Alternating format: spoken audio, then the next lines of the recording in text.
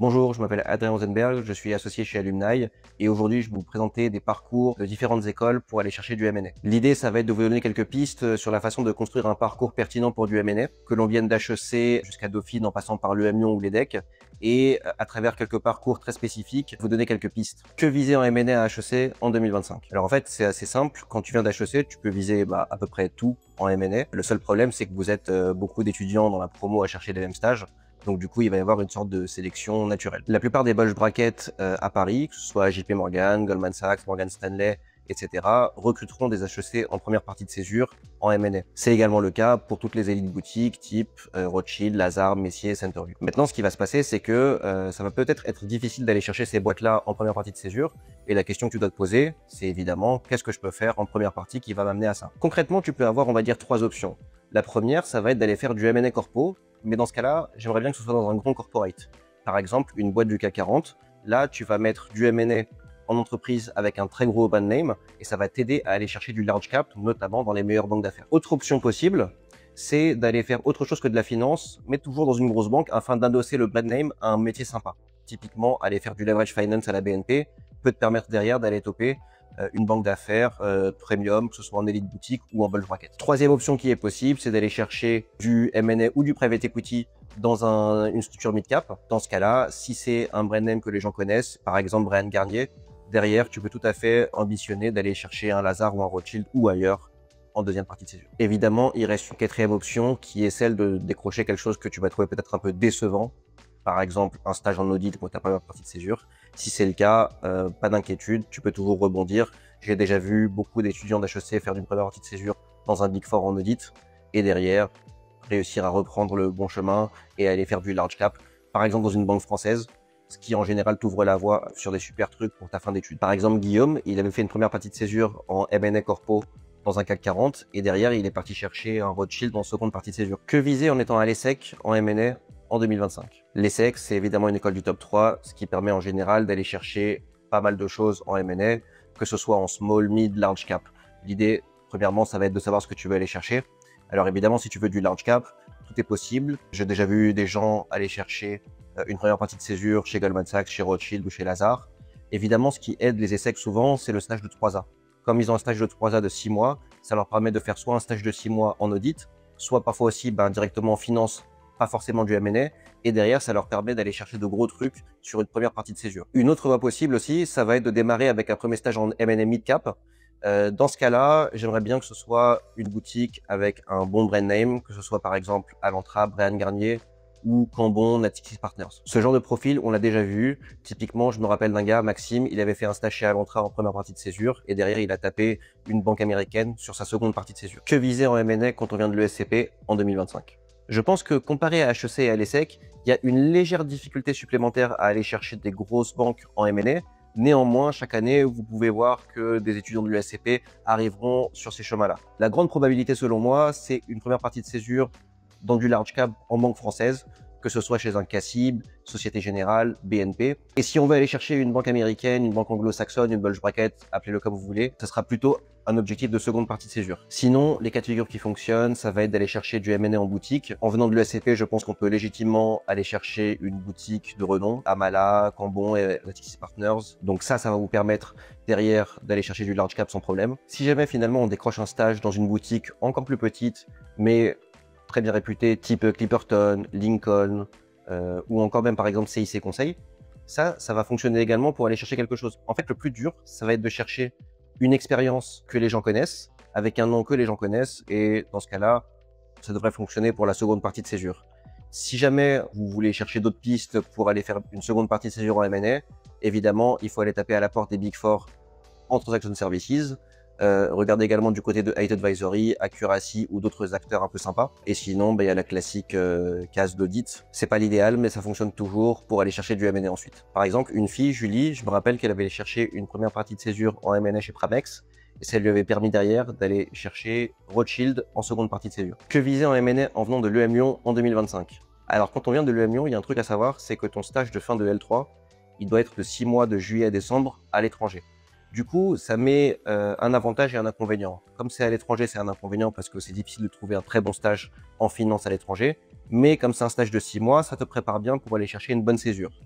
Si tu réussis à décrocher quelque chose de sympa, par exemple de l'audit ou du TS dans un Big Four au Luxembourg, ou un stage en analyse financière, pareil au Luxembourg ou ailleurs, tu peux aller viser des trucs hyper sympas pour ta première partie de césure. C'est le cas notamment de David, qui lui avait réussi à décrocher en P1 de la Société Générale en M&A Large Cap, et ça lui a permis derrière d'aller faire un stage dans une élite boutique à New York. C'est également le cas d'une autre fille, Marie, qui elle avait fait un stage aussi comme ça pour sa L3, et qui derrière, sur sa première partie de césure, a réussi à décrocher, pareil, du M&A à la Société Générale en Large Cap. Dans ce genre de cas de figure, derrière, pour la seconde partie de césure, on peut tout de suite aller chercher une bulge bracket. Si jamais on n'arrive pas à aller chercher du large cap pour la première partie de césure, pas de panique, une boutique mid cap, même une boutique small cap, ça vous ouvre les portes par la suite des plus grosses structures en M&A. Quoi qu'il arrive, ce sera un grand brand name que vous pourrez bien revendre, soit pour une fin d'études, soit pour un summer. Que viser en M&A en venant de l'EDEC en 2025? Pour moi, l'EDEC, c'est une très bonne école, mais ça devient de plus en plus difficile d'aller chercher une première partie de césure en M&A avec de gros brand names. Il va falloir adopter une vraie stratégie et ne pas négliger toutes les petites structures qui peuvent offrir des stages dans ce domaine, ou alors des métiers autour du M&A qui gravitent autour de ça. Par exemple, en banque, on peut avoir du leverage finance, de l'equity research, de l'ECM, du DCM. Tout ça, ça fonctionne très bien si derrière on veut faire de la banque d'affaires, du M&A. Évidemment, on a déjà vu passer des cas très récents où vous avez pu voir des étudiants décrocher une P1, par exemple chez Messier. Donc c'est tout à fait possible. Maintenant, si vous n'y arrivez pas du premier coup, je vous conseille de regarder aussi du côté des petites boutiques parce qu'elles vous permettront de progresser naturellement sur votre CV. Typiquement, je me rappelle d'un étudiant, Martin. Lui, il avait fait sa P1 chez Intuitu Partners. Et ça lui avait permis derrière d'aller chercher une P2 chez Edmond Rothschild. On a aussi des étudiants qui réussissent à décrocher des très bonnes boutiques dès la P1, par exemple chez Bryan Garnier, aujourd'hui Stifel. Et derrière, forcément, les attentes sur la P2 vont être beaucoup plus fortes. Que viser en M&A quand on vient de Schema en 2025? Ça fait quand même pas mal d'années qu'on a vu plusieurs cas de figure différents. Je peux vous en présenter 2 ou 3 qui vont vous montrer comment on va chercher du très lourd en M&A. Je me rappelle d'un étudiant qui avait fait une première partie de césure dans une toute petite structure en M&A. Même pas la peine de vous donner le nom, vous connaissez pas. En revanche, ça lui a donné une bonne expérience qui lui a permis d'aller faire des entretiens chez BNP en large cap. Et ça, c'était sa seconde partie de césure.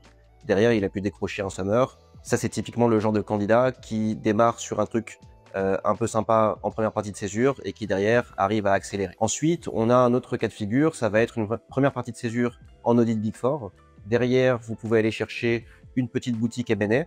Et l'objectif final, ça va être, par exemple, pour un fin d'études, d'aller chercher un bon brand name en M&A, donc typiquement Bryan Garnier, c'est-à-dire Stifel. Ça, c'est un cas de figure qu'on a vu récemment. Autre parcours assez brillant et plutôt intelligent, je dirais, c'est par exemple un métier en finance autre que M&A dans une banque. Donc là, on va avoir un étudiant qui a fait du financement d'acquisition à la Société Générale sur du mid-large cap. En seconde partie de césure, il a pu décrocher un stage dans un bon fonds de private equity mid-cap, ce qui lui a permis en fin d'études d'aller faire du M&A chez Natixis Partners. Globalement, je dirais que la clé dans tout ça, c'est de se réveiller assez vite sur ses recherches de stage. Pourquoi? Parce que si ta césure elle commence en janvier de ton M1, ça veut dire que tu as à peine fait la rentrée, tu dois déjà commencer à chercher des stages. Tu n'as même pas le temps de faire tes premiers cours que les process de recrutement commencent. Donc voilà, il faut s'activer très très vite, le temps presse et malheureusement, on va pas te pardonner des sorties de parcours. Donc il faut tout de suite aller faire une première partie de césure qui a du sens, que ce soit évidemment en M&A, mais aussi sur des métiers qui gravitent autour de ça, voire même en audit. Que viser en M&A quand on vient de Grenoble École de Management en 2025? Alors quand on est ingénieur, ce qu'il faut comprendre, c'est que ça va être un peu compliqué d'aller chercher du M&A tout de suite. Néanmoins, c'est pas du tout impossible. Auquel cas, il faudra plutôt viser une boutique small cap. Ça va être un objectif qui est assez atteignable. Je connais aussi des étudiants qui vont chercher du bon mid cap sur une P1, mais voilà, si on veut aller chercher du large cap, ça va être quand même plus compliqué. Qu'est-ce qu'on fait si jamais on décroche pas de M&A directement? Là, il y a pas mal de parcours possibles. Le classique, évidemment, ça va être par exemple un stage en audit Big Four. Moi, je me rappelle très bien d'une fille qui avait fait ça en P1 chez EY et derrière, elle a pu faire un stage en M&A chez Pax Corporate Finance, ce qui derrière lui a permis d'aller chercher du large cap dans une banque française. Néanmoins, la P1, ça peut aussi être directement cette petite boutique small cap qui derrière, pour un cas que je connais, a pu réussir à aller chercher Rothschild en mid-cap dans l'équipe Transaction R. Un conseil que je donnerais quand même aux étudiants qui sont dans des écoles pas totalement target pour faire du M&A, si jamais vous avez un intérêt pour un secteur spécifique, vous pouvez très bien faire un stage qui ne sera pas en M&A, mais autour de ce secteur, et ça vous permettra derrière d'aller bouger en M&A dans ce secteur-là. Je donne un exemple très concret. Si le FIG, ça vous intéresse, donc le FIG, le M&A pour les banques, assurances, pour faire simple, Pourquoi pas aller faire d'abord un stage en coverage FIG. Derrière, cette spé sectorielle vous rendra assez attractif sur des équipes FIG à Paris, que ce soit par exemple chez Natixis ou dans des boutiques spécialisées en FIG. Ça, c'est un cas de figure qu'on a vu en formation récemment. Que viser en M&A quand on vient de Neoma en 2025? Bon, Neoma, pour moi, ça fait partie de la même galaxie que Audencia, Grenoble, Schema. Du coup, ben voilà, il va falloir avoir une bonne stratégie pour aller chercher du M&A. C'est pas impossible, mais il faut s'attendre éventuellement à ne pas réussir à le faire en P1. Néanmoins, 2-3 pistes possibles pour aller faire du M&A directement. Vous pouvez déjà regarder du côté des boutiques qui se trouvent en province. Et moi, je me rappelle très bien d'un étudiant qui avait fait son stage chez Oaklins dans un bureau de province, pas celui de Paris, ce qui lui a permis d'ailleurs, par la suite, d'aller faire une P2 chez Edmond Rothschild en M&A. Autre cas de figure intéressant, évidemment, c'est le stage classique en Big Four, que ce soit en audit ou ailleurs. Là, derrière, on peut, par exemple, un cas de figure d'une fille qui avait fait un stage en private equity en P2, ce qui lui a permis ensuite, en fin d'études, d'aller taper une grosse boutique mid-cap parisienne. Que viser en M&A quand on vient de Dauphine en 2025? Alors Dauphine, c'est assez surprenant parce que je pense que c'est là où il y a la plus grande variance au niveau de ce que peuvent attendre les étudiants. C'est-à-dire que vous pouvez très bien trouver des étudiants qui vont faire une première partie de césure en M&A chez Lazard TMT ou à la Société Générale en large cap ou ailleurs, et d'autres étudiants qui vont galérer comme jamais. Donc, dans le doute, il va falloir construire un vrai projet pro durant tout le M1, histoire d'avoir quelques plans B ou plans C si jamais l'objectif premier n'est pas atteint. De la qualité de votre première partie de césure dépendra celle de la seconde. Typiquement, si vous allez chercher du M&A large cap en P1 chez Société Générale, derrière pour votre P2, vous pouvez taper un Bank of America ou alors un PAI Partners en Private Equity ou autre chose du même ordre. Autre cas de figure, ça va être de trouver une P1 dans une boutique de très gros niveau. Je pense typiquement à une fille qui avait décroché Amala en P1, ce qui lui a permis d'ailleurs en P2 d'aller faire du M&A chez Lazare. Autre cas de figure possible, ce serait de faire du M&A corpo dans une boîte, auquel cas tu vas pouvoir te spécialiser sectoriellement, que ce soit pour de l'infrastructure, de l'immobilier ou autre chose. Et derrière, tu pourras taper à la porte des banques et des boutiques qui bossent dans ces practices-là. Et ton CV sera tout à fait pertinent pour aller chercher une P2 en M&A. Voilà, j'espère que ces conseils vous aideront. N'hésitez pas à vous abonner, à liker et à partager la vidéo.